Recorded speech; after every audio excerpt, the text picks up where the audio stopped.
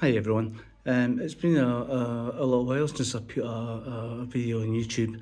Um, a lot's happened recently to make me think about the Jehovah's Witnesses again, and like the absolute hell that the Jehovah's Witnesses organisation put people through.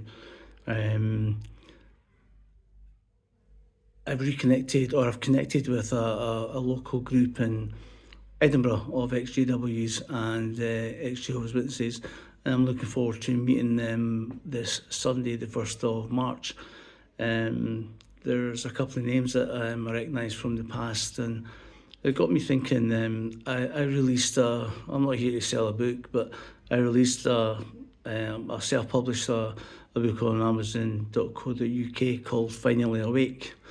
And it was a like autobiographical, growing up as a Jehovah's Witness in Scotland in the 60s and early 70s. And for those of you who know a bit about the Jehovah's Witnesses, that took us right up to the timely date of year of 1975.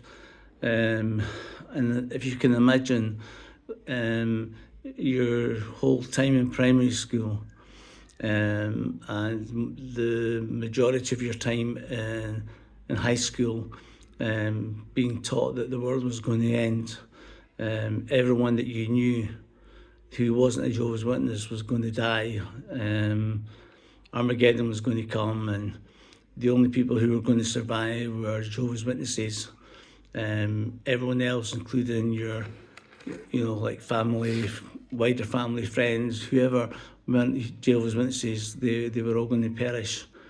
So you weren't. There was no point in really doing anything that didn't involve the truth, as they would call it.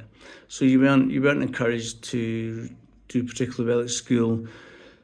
When you were at high school, you weren't encouraged certainly to go to university or even think too much about what you were going to do, because if you planned ahead past 1975, that meant that you lacked faith in Jehovah, because Jehovah was telling us through the faithful and discreet slave, based in New York, that basically the world was going to end in 1975, and Armageddon was going to come and a new system was going to come. And if you were planning anything past that, then you clearly didn't have the faith that things were going to happen as they said it was.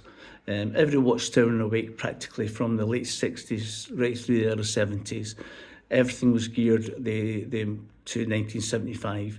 And as the time got nearer, you can imagine the atmosphere in the Kingdom Halls was a mixture of excitement, maybe fear about relatives who hadn't found the truth, and the excitement of what was going to happen. But speaking to people, I don't think they actually knew what was going to happen.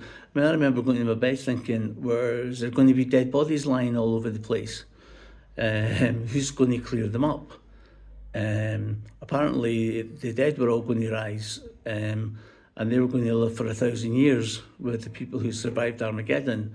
How was that going to work? Were people going to rise from the cemeteries? Which is great, but what about the people who, this is in my mind as a youngster, what about the people who had been cremated? What was going to happen to them? All these things went through my mind as a youngster. And I don't know, if you're not a Jehovah's Witness, you're thinking, this is absolute nonsense. How could anyone believe that? But we were so indoctrinated, and we weren't encouraged to have friends out with the organisation. So if your parents were in the organisation and you were taken on to the Kingdom Hall, that was the only version of the kind of the truth, as they would call it, that you got. So it was an organisation for men, by men. The governing body were usually between 8 and 12 old men in Brooklyn, New York, who made all the rules, apparently through Jehovah's Holy Spirit. and it went down the line to the elders, who passed it on to the congregation, or it would come through the Watchtower in the Wake, well, specifically the Watchtower magazine. And so you believed it, or they believed it, and I was probably still too young to really know what was going on. But what you did know when you were young, there was no Christmas, there was no Christmas trees, there was no celebration, there was no presents, there was no birthdays. Jehovah's Witnesses believed that it was egotistical to celebrate your birthday, and all the praise should go to Jehovah. Jesus wasn't born on Christmas Day, and whether he was or whether he wasn't, I remember thinking, is irrelevant. Everyone was celebrating Christmas where we were, but no Christmas, no birthdays, no Easter, no Halloween, no holidays of that nature. Which isolated you. And when you were at school, if there was religious education, you weren't allowed to take part in religious education. So you would have to go to the library, which again was more isolation for you. So it was a dark time for a youngster in the 60s and 70s. And then when 1975 came and went, and nothing happened, there was a mixture of, I think, relief, worry, and then pretty soon after it, the gaslighting from the Jehovah's Witness head office came. We didn't actually say it would be 1975, it could be 1976, or we don't actually know the time when Jehovah's going to come, and all that garbage, because, trust me, all their magazines, the Watchtowers, and leading up to it, we're talking 1975, but they had to backtrack pretty quickly, and that wasn't the only time they had to do it. 1914, they said it was going to happen. 1918, 1925, so they've never been great with their figures. And then they said the generation that lived and saw and remembered the First World War would by no means pass away. So anyway, having a look on, I follow a couple of ex-JW websites, and apparently they're losing people, like thousands and thousands and thousands of people every month, because youngsters nowadays have access to the internet. They're doing their own research. We had no research. We just had libraries. We didn't have any internet. We just did what we were told. And what was expected from us, where now people are doing their own thinking, and they're finding out that what the JWs are teaching is nonsense, and they're making their own decisions. But when I was young, men weren't allowed to grow any facial hair, you weren't allowed to have long hair. Women couldn't go to the Kingdom Hall if they were wearing trousers. They had to wear a skirt. It was so misogynistic, it was so sexist. Women were given no authority in the Kingdom Hall. Only the men could be in positions of authority.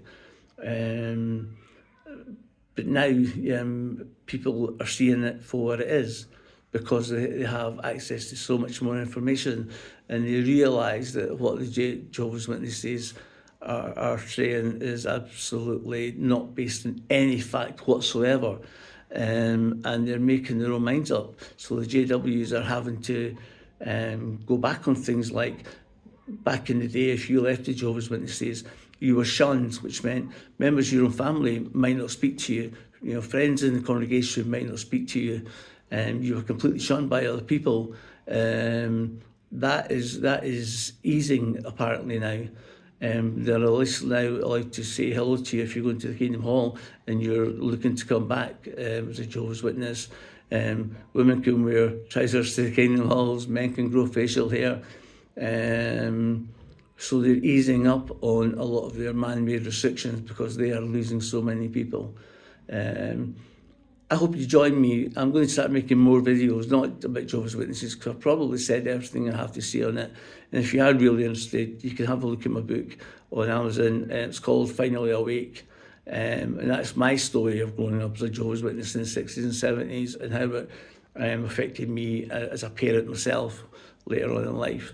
But all of my videos are going to be about everyday life and how I see things now, and what my opinion is. If anyone's interested, please like, follow, share.